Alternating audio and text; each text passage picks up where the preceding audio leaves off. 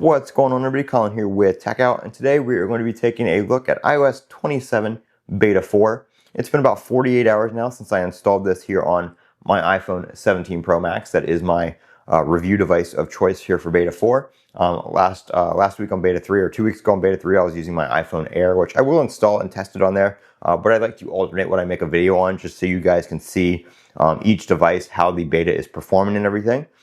So here on Beta 4, we had a lot of the bugs that I was having, a lot of the issues I was having have been fixed.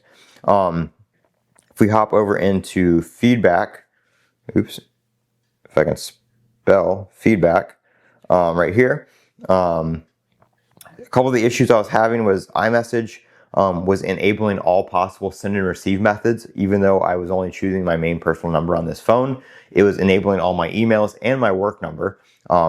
Every few hours, really. I'd have to go through and disable them like twice a day.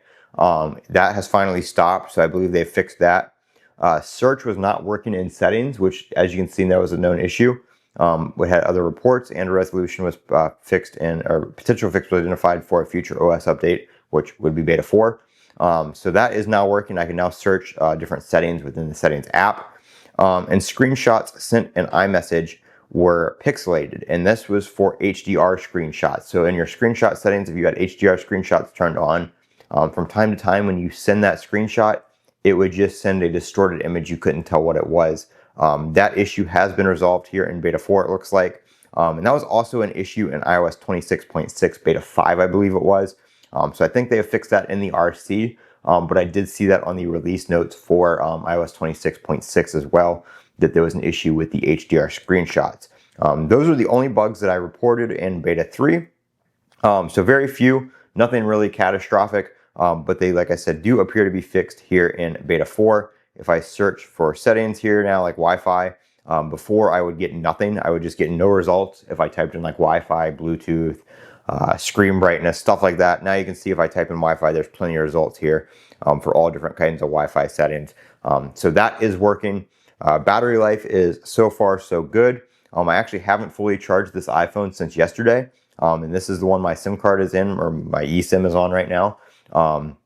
It had some on and off the wireless charger charging at work yesterday, and in my car on the way home, but I did not put it on the charger last night, and I only charged it to about 34% this morning when I had it on my wireless charger for about 5 minutes while I ran downstairs, and we're currently about at about 30%, and that was about an hour ago. So no issues there with battery life. Performance is still doing excellent. Nothing really to speak of with any kind of performance issues or crashes or any kind of bugs of that sort. We'll hop back in here to feedback and go to the release notes for Beta 4.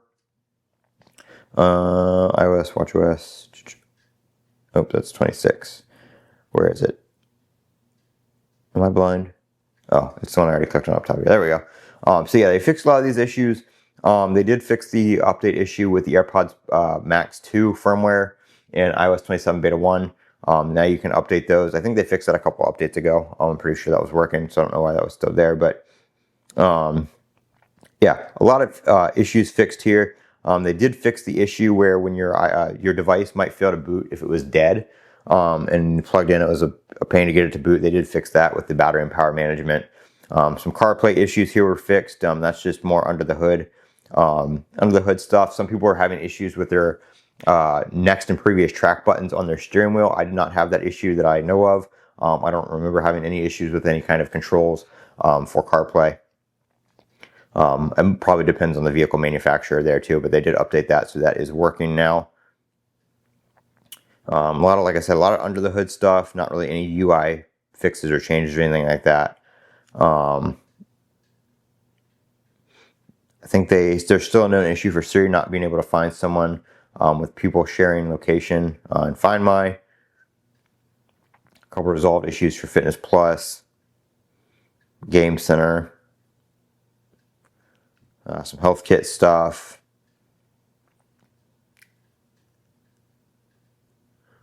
Switching between many different posters with different icons may cause system sluggishness. For the home screen, they did resolve that.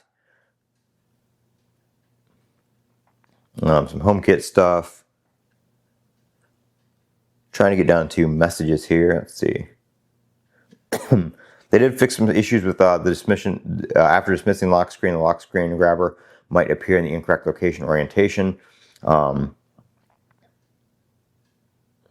So that thing we talked about in beta 3, where when you had the depth effect and you pulled it down, and part of your depth effect image would show up, that was a bug, and it is mentioned right here that it is fixed in beta 4. So if you have your depth effect wallpaper, when you pull down your notification center, it does not show up before the notification center is all the way down. I actually kind of like that. It looked pretty cool. I was kind of hoping that wasn't a bug, but it was a bug, and it was fixed right here.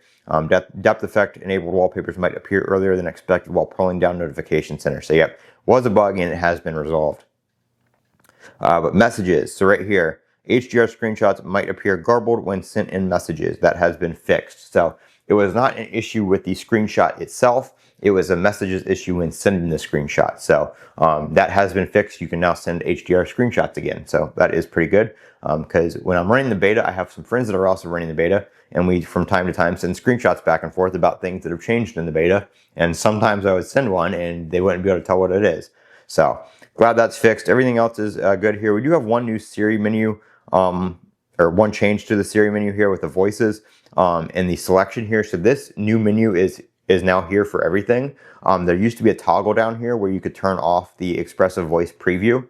Now the expressive voices are available for number 6 and number 7 with the pace and expressivity. If you go to one of the other voices, it's still coming soon. So they didn't add more voices. These are still just the default Siri voices, with the last 2 being the ones you can actually customize. And then same thing, you have to have it on American here for that. But you can change your accent with a little bubble toggle right there.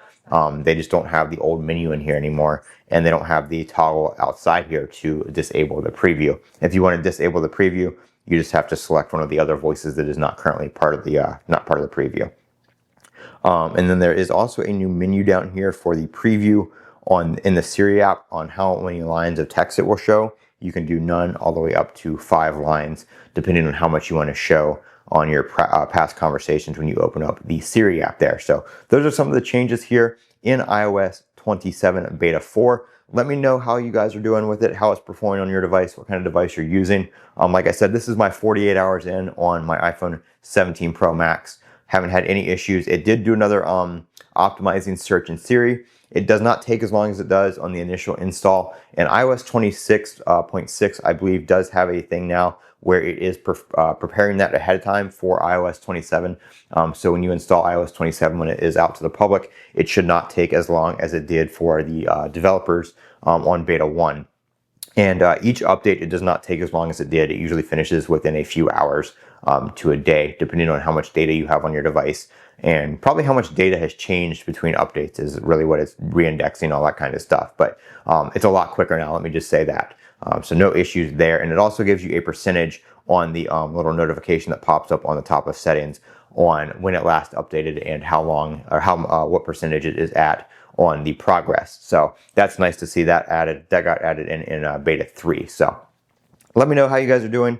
I will do a 1-week video as normal as well. And I'll also probably do one here on the iPhone Air in a couple of days after I've had some time to try out that on my iPhone Air. Let me know. Don't forget to comment, rate, subscribe. And as always, you guys have a great day.